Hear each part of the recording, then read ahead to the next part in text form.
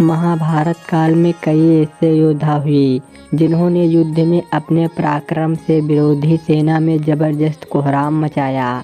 इनमें से एक योद्धा ऐसे भी हैं जो आज तक जीवित हैं। कहते हैं कि उसे अमर रहने का श्राप मिला था। उस योद्धा का नाम है अश्वत्थामा। पढ़े महाभारत के रहस्यमय किरदार अश्वत्थामा की कहानी। अश्वत्थामा पांडवों और कौरवों के गुरु द्रोणाचार्य का बेटा है। अपने पिता की तरह वह भी पराक्रमी और महाधनुर्धर बना। एक बार द्रोणाचार्य और उनकी पत्नी कृपि तपस्या के लिए हिमालय गई। उनके तप से प्रसन्न होकर शिव जी ने उन्हें पुत्र प्राप्ति का वरदान दिया। फिर कृपि ने एक तेजस्वी पुत्र को जन्म दिया। इसी का नाम अश्वत्थामा है। माना जाता है कि ये महाभारत काल का अकेला ऐसा किरदार है जो आज तक जीवित है। आज भी कई जगहों पर अश्वत्थामा के जीवित देखे जाने के दावे किए जाते हैं। वैसे तो द्रोणाचार्य पांडवों और कौरवों दोनों के गुरु थे, मगर महाभारत युद्ध में उन्होंने हस्तिनापुर के सिंहासन का साथ देते हुए कौरवों के पक्ष में लड़ने का फैसला लिया। अपने पिता की तरह अश्वत्थामा ने भी पांडवों के खिलाफ युद्ध किया। अश्वत्थामा ने कौरवों की एक सेना का नेतृत्व किया और पांडव पक्ष के कई योद्धाओं को मार गिराया।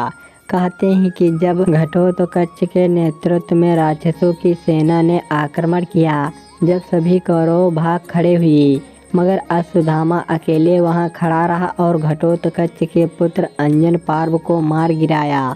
अश्वत्थामा ने घटोत्कच को भी घायल कर दिया। महाभारत युद्ध के दौरान एक ऐसा समय भी आया जब अश्वत्थामा के मौत की झूठी खबर फैलाई गई। दरअसल द्रोणाचार्य का वध करने के लिए श्री कृष्ण ने पांडवों से अश्वत्थामा की झूठी खबर फैलाने के लिए कहा। धर्मराज युधिष्ठिर ने कहा कि वे झूठ का सहारा नहीं लेंगे।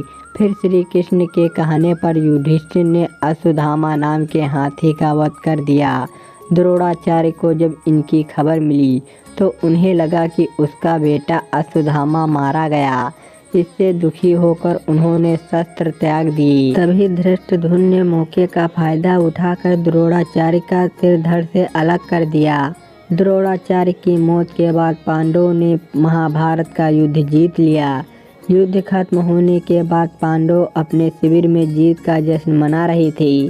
दूसरी ओर अश्वत्थामा अपने पिता की मौत से बहुत दुखी हुआ। उसने बदला लेने की ठानी। अश्वत्थामा रात में पांडवों के शिविर में पहुंचा और कोहराम मचा दिया। अश्वत्थामा ने द्रौपदी के सभी पुत्रों और धृष्टद्युम्न को मार गिराया। अपने सभी पुत्रों का वध होने से द्रौपदी बिलख कर रोने लगी। अर्जुन को क्रोध आया और अश्वत्थामा के पीछे चला गया। अर्जुन अश्वत्थामा को पकड़कर द्रौपदी के सामने ले आया। द्रौपदी ने अश्वत्थामा को माफ कर दिया, मगर श्री कृष्ण ने उसे हजारों सालों तक भटकने का श्राप दे दिया। अर्जुन ने उसे अपमानित कर शिविर से बाहर निकाल दिया। कहा जाता है कि तब से आज तक अश्वत्थामा भटक रहा है। कई लोगों ने अश्वत्थामा को देखने का दावा किया है। कुछ लोगों का मानना है कि मध्य प्रदेश के बुरहानपुर के पास अलीगढ़ का किला है, वहीं पर अश्वत्थामा रहता है। स्थानीय लोगों का कहना है कि जो भी अश्वत्थामा को देखता है उसका दिमागी संतुलन बिगड़ जाता है।